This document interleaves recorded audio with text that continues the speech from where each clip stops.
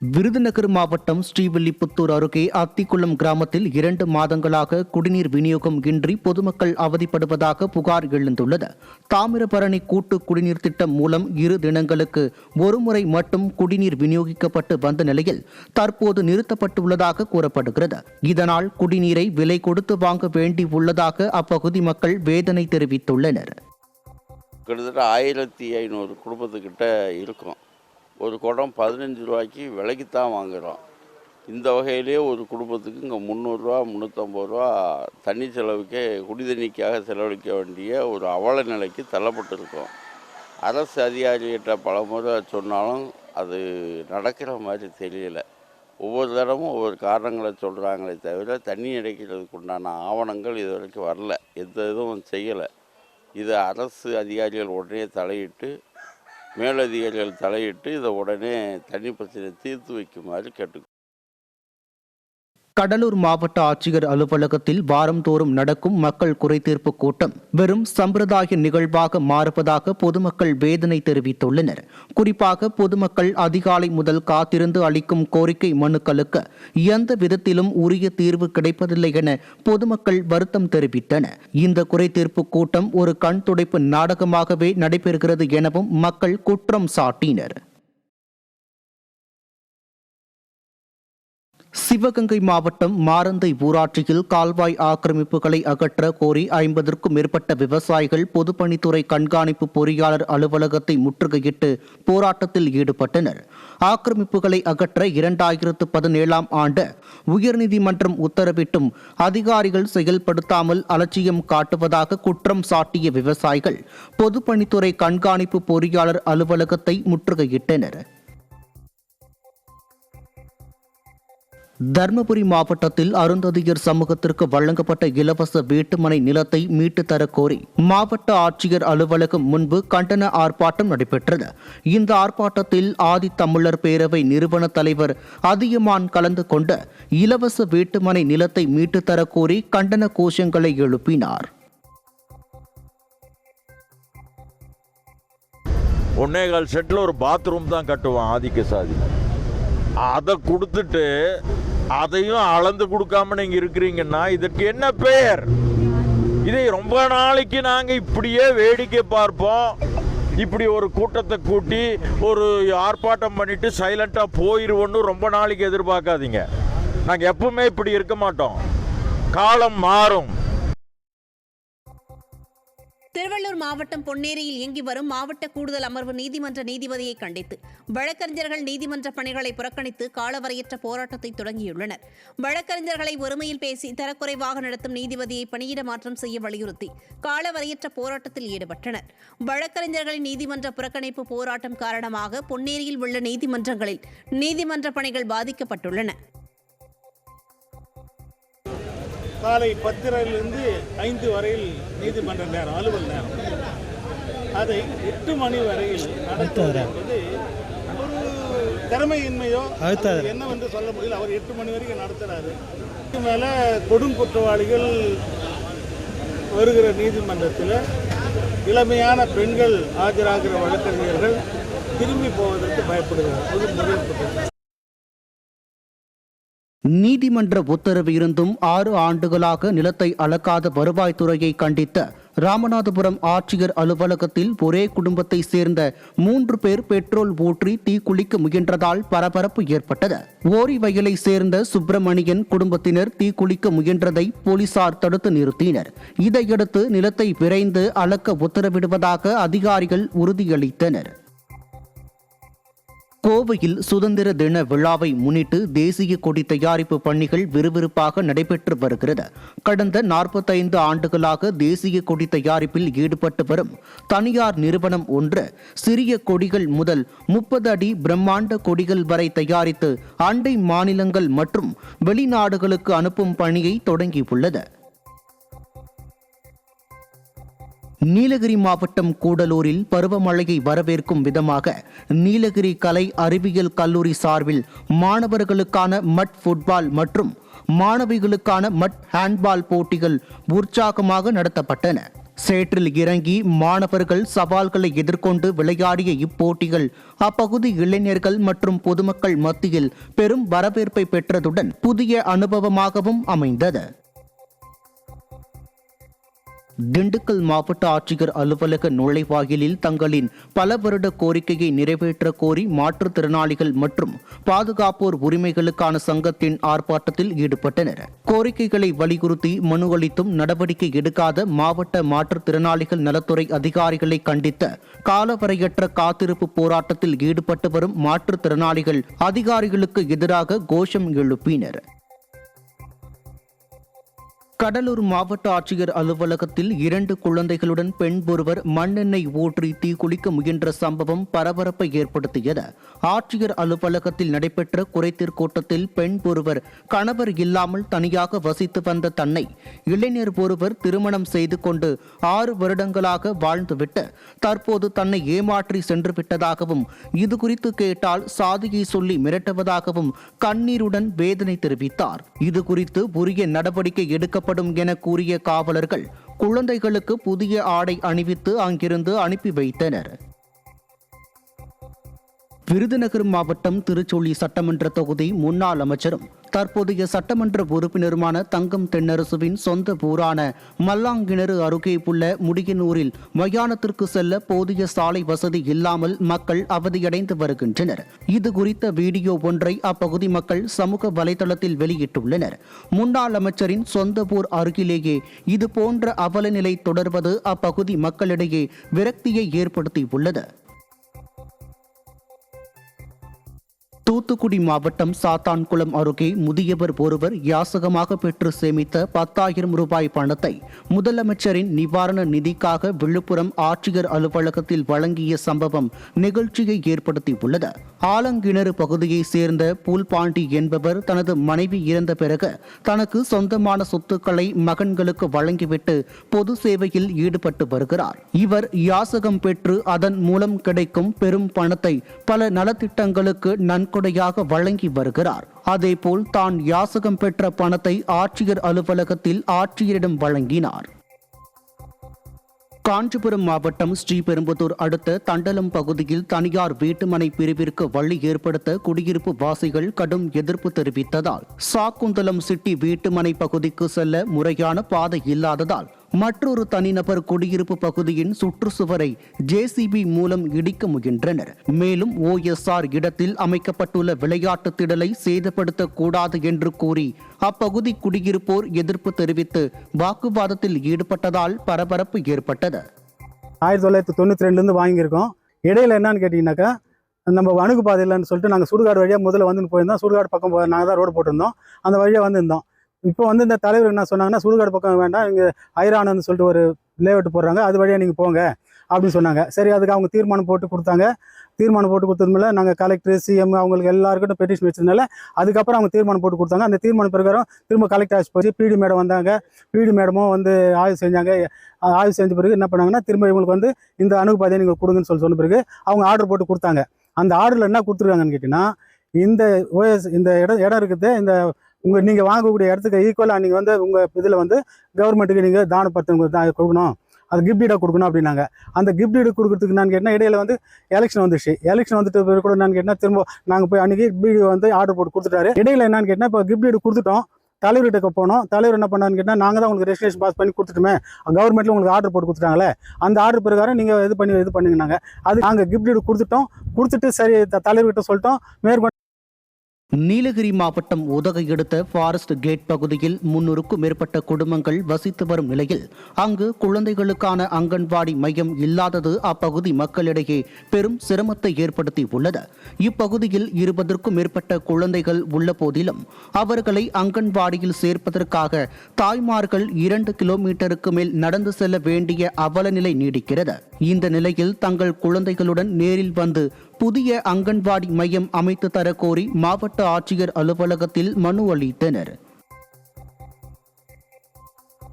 உயர்த்தப்பட்ட எஃப்சி கட்டணத்தை ரத்து செய்ய வேண்டும் என்பன உள்ளிட்ட கோரிக்கைகளை வலியுறுத்தி வேலூரில் ஆட்டோ தொழிலாளர்கள் ஆர்ப்பாட்டத்தில் ஈடுபட்டனர். மாவட்ட ஆட்சியர் அலுவலகம் அருகே நடைபெற்ற ஆர்ப்பாட்டத்தில் தமிழக அரசின் இலவச பயண திட்டத்தால் வருமானம் இழந்துள்ள ஆட்டோ தொழிலாளர்களுக்கு ஆந்திர அரசு போல் 15,000 ரூபாய் வழங்க வேண்டும் என்றும், ஆட்டோ தொழிலை பாதிக்கின்ற ஓலா, ஊபர், ராபிடோ, பைக் டாக்ஸிக்கு தடை விதிக்க வேண்டும் என்றும் வலியுறுத்தப்பட்டது. வேலூர் மாவட்ட ஆட்சியர் அலுவலகத்தில் துத்திப்பட்டு, காட்பாடி மற்றும் வசந்தபுரம் உள்ளிட்ட பல்வேறு கிராமங்களை சேர்ந்த 100க்கும் மேற்பட்ட பொதுமக்கள் சாதி சான்றிதழ் கோரி மனு அளித்தனர். குறிப்பாக வருவாய்த்துறையினர் தங்களுக்கு இந்து மலைக்குறவன் சான்றிதழ் வழங்காமல் குறவர் சான்றிதழ் வழங்குவதால் கல்வி மற்றும் வேலைவாய்ப்பில் தங்களுக்கு கிடைக்க வேண்டிய இடஒதுக்கீடு கடுமையாக பாதிக்கப்படுவதாக கிராம மக்கள் வேதனை தெரிவித்தனர். நாங்கள் குறவன், மலைக்குறவன். நாங்கள் மலைக்குறவன் சார்ந்து சேர்ந்தவங்க. நாங்கள் வாழ்ந்ததே இந்த மலையில் தான் வாழ்ந்துக்கிறோம். 100 வருஷத்துக்கு முன்னே நாங்கள் சேர்ந்தது அங்கே 100 வருஷத்துக்கு பின்னால் தான் ஊர் சேர்ந்தது. அதுலேருந்து நாங்கள் சர்டிஃபிகேட், எங்கள் ஜாதி சர்டிஃபிகேட் கேட்குறோம், எங்களுக்கு கொடுக்கல, கவர்மெண்ட்டே எங்களுக்கு கொடுக்கல. அதுலேருந்து போராடினுக்கிறோம். இப்போ 20 வருஷத்துக்கு முன்னே காந்தி சிலையில் அந்த ஒன்றாவது அங்கேருந்து ஊர்வலமாக இங்கே கலெக்டர்கிட்ட அந்தாண்ட தர்ணை இருந்தோம். அப்போவும் கொடுக்கல.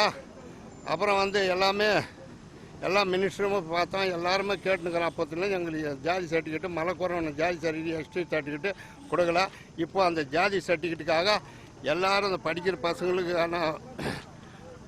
பசங்களுக்கு ஸ்கூல்லலாம் ஜாதி சர்டிஃபிகேட் கேட்குறாங்க. ஜாதி சர்டிஃபிகேட் இல்லாத படிக்காத எத்தனையோ பசங்க பின்னால் நிற்கிறாங்க. அதுக்காக எங்களுக்கு இந்த ஜாதி சர்டிஃபிகேட் கொடுக்க மாதிரி நாங்கள் கேட்டுக்கொள்கிறோம்.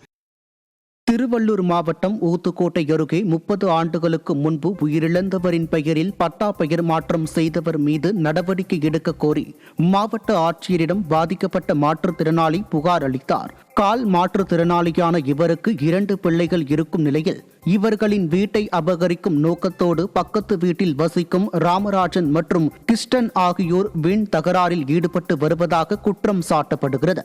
நீண்ட காலமாக நடக்கும் இந்த பிரச்சினைக்கு விரைந்து தீர்வு காண கோரி குடும்பத்துடன் மாவட்ட ஆட்சியரிடம் புகார் அளித்தனர்.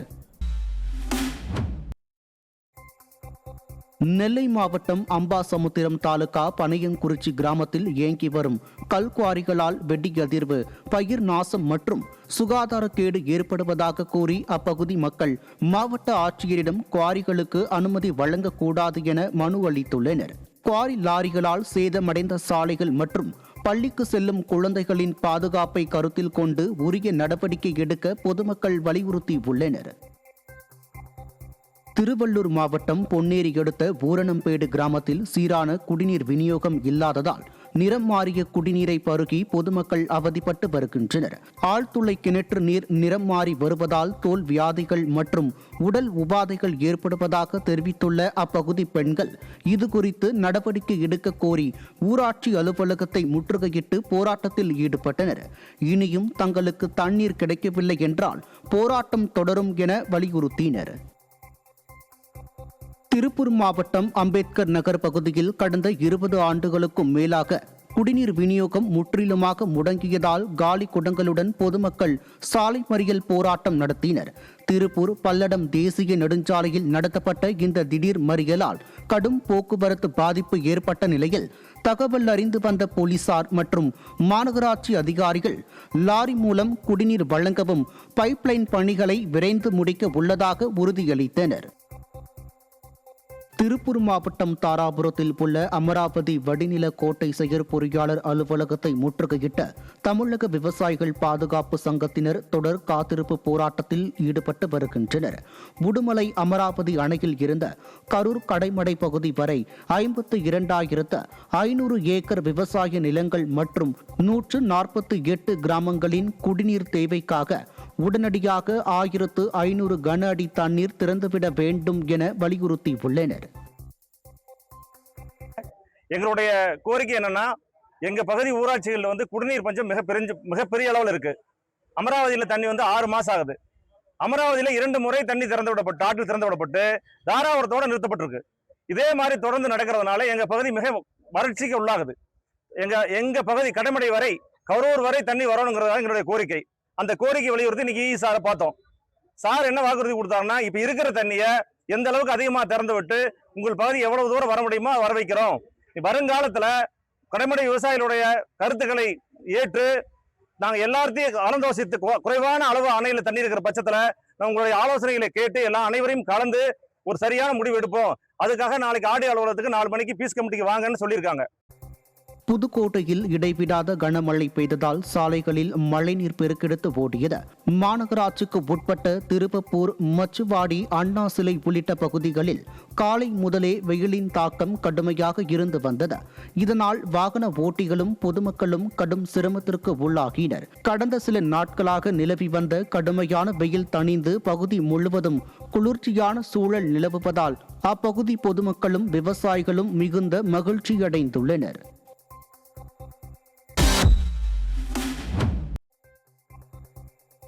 திருப்பத்தூர் மாவட்டம் ஆலங்காயம் அருகே விபத்தில் சிக்கிய காரை விடுவிக்க 15,000 ரூபாய் லஞ்சம் பெற்ற சிறப்பு உதவி காவல் ஆய்வாளர் கைது செய்யப்பட்டார். மாதனூரை சேர்ந்த மஞ்சுநாதன் என்பவரின் கார் கடந்த சில தினங்களுக்கு முன் விபத்தில் சிக்கிய நிலையில் காரை போலீசார் பறிமுதல் செய்தனர். ஆனால் அந்த காரை விடுவிக்க சிறப்பு உதவி ஆய்வாளர் ராமகிருஷ்ணன் 15,000 ரூபாய் லஞ்சம் வாங்கிய போது லஞ்ச ஒழிப்புத்துறை போலீசார் அவரை கையும் களவுமாக கைது செய்தனர். மதுரை உள்ளிட்ட தென் மாவட்டங்களில் மருத்துவ கழிவுகள் முறையான நடைமுறைகளை பின்பற்றாமல் நீர்நிலைகளில் கொட்டி எரிக்கப்படுவதால் மாசு கட்டுப்பாட்டு வாரியத்தின் அலட்சியத்தால் பொதுமக்களுக்கு நோய் தொற்று பரவும் ஆபத்து ஏற்பட்டுள்ளதாகவும் குற்றம் சாட்டப்பட்டுள்ளது. தகவல் அறியும் உரிமை சட்டத்தின் கீழ் முறையான பதில்கள் வழங்கப்படவில்லை என கூறி மதுரையை சேர்ந்த மருத்துவர்கள் சில மருத்துவ கழிவுகளுடன் மதுரை மாவட்ட ஆட்சியர் அலுவலகத்திற்கு வந்த நூதன முறையில் புகார் மனு அளித்தனர். என்ன அப்படின்னா, இந்த மருத்துவ கழிவுகளை ஒவ்வொரு மருத்துவமனையும் பணம் கட்டி தான் அகற்றுறதுக்கு ஒரு குறிப்பிட்ட தனியார் நிறுவனத்துக்கு நாங்க கான்ட்ராக்ட் கொடுத்துருக்கோம். ஆனா அந்த குறிப்பிட்ட தனியார் நிறுவனம் முறையா அகற்றாம நீங்க சொன்ன மாதிரி வைகை ஆற்று ஓரத்திலையும் மாட்டுத்தாவணி பஸ் ஸ்டாண்டுலையும் மூட்டை மூட்டையா இந்த மருத்துவ கழிவுகளை கொட்டுறதுனால எங்களுடைய மருத்துவமனைகளுக்கு கார்பரேஷன் சைட்ல இருந்தும் பெனால்டி விழுந்துட்டு இருக்கு. அதாவது நாங்க மருத்துவ குப்பை அகற்றுறதுக்கும் பணம் கட்டுறோம், அகற்றாம இவங்க போடுற தப்புனால அதுக்கும் நாங்க பணம் கட்டுறோம். இதுல என்னன்னா, மருத்துவ கழிவுங்கிறது முறையா அகற்றாம பல்வேறு நோய் தொற்று உருவாகுது அப்படிங்கறத எங்களுடைய கோரிக்கையா நாங்க வச்சிருக்கோம். தமிழ்நாட்டுல மிகப்பெரிய மாவட்டம் மதுரை. அதுல பாத்தீங்க அப்படின்னா, இந்த மாவட்டத்துல ஒரு மருத்துவ கழிவு அகற்றக்கூடிய ஆலை இல்லை அப்படிங்கிறது மிகவும் வருந்தத்தக்க செயல்.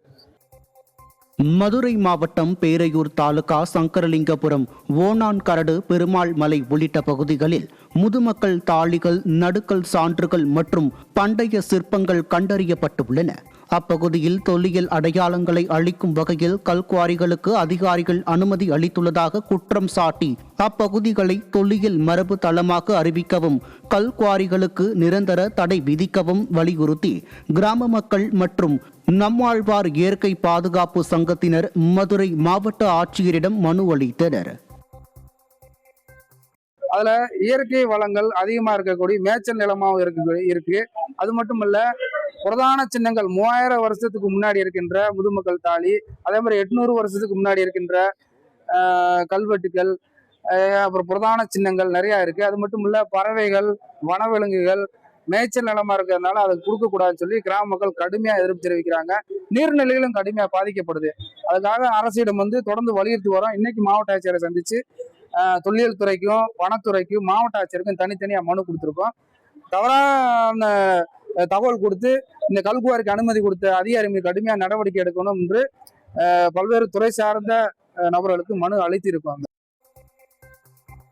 மதுரை விளாங்குடி காமாட்சியம்மன் திருக்கோயிலில் அனுமதியின்றி ரசீதுகள் மூலம் பெறப்பட்ட ரூபாய் 23 லட்சம் நன்கொடை மோசடி செய்யப்பட்டது தொடர்பாக காவல்துறையும் அறநிலையத்துறை உதவி ஆணையரும் விசாரணை நடத்தி வழக்கு பதிவு செய்ய சென்னை உயர்நீதிமன்ற மதுரை அமர்வு உத்தரவிட்டிருந்தது. நீதிமன்ற உத்தரவு பிறப்பிக்கப்பட்டும் இதுவரை எவ்வித நடவடிக்கையும் எடுக்கப்படவில்லை என கூறி பண மோசடியில் ஈடுபட்டவர்கள் மற்றும் அதனை மறைக்க முயன்ற அப்போதைய தக்கார் மீது உடனடியாக விசாரணை நடத்தி நடவடிக்கை எடுக்க வலியுறுத்தி கோயில் வழிபாட்டு திருப்பணி நலசங்கத்தினர் மதுரை மாவட்ட ஆட்சியரிடம் மனு அளித்தனர். திண்டுக்கல் மாவட்டம் கொடைக்கானல் மற்றும் சுற்றுவட்டாரத்தில் பெய்த மிதமான மழையால் பொதுமக்கள் மகிழ்ச்சியடைந்தனர்.